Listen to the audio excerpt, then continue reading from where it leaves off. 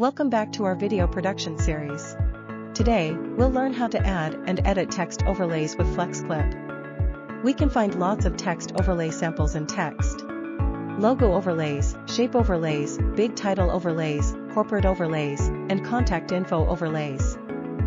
A suitable text overlay can save you lots of time and effort. Let's choose a corporate overlay as an example. Ungroup it. Double-click the text box, type your company name, slogan, and other needed words. Click the size button to adjust the text size. You can easily customize the text in detail with the editing tools. Click the image.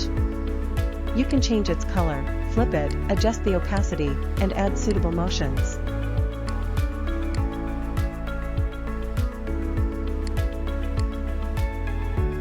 Click the Replace button. You can select from media or upload a file to replace the current one. Click on one shape, press Ctrl, then select other shapes.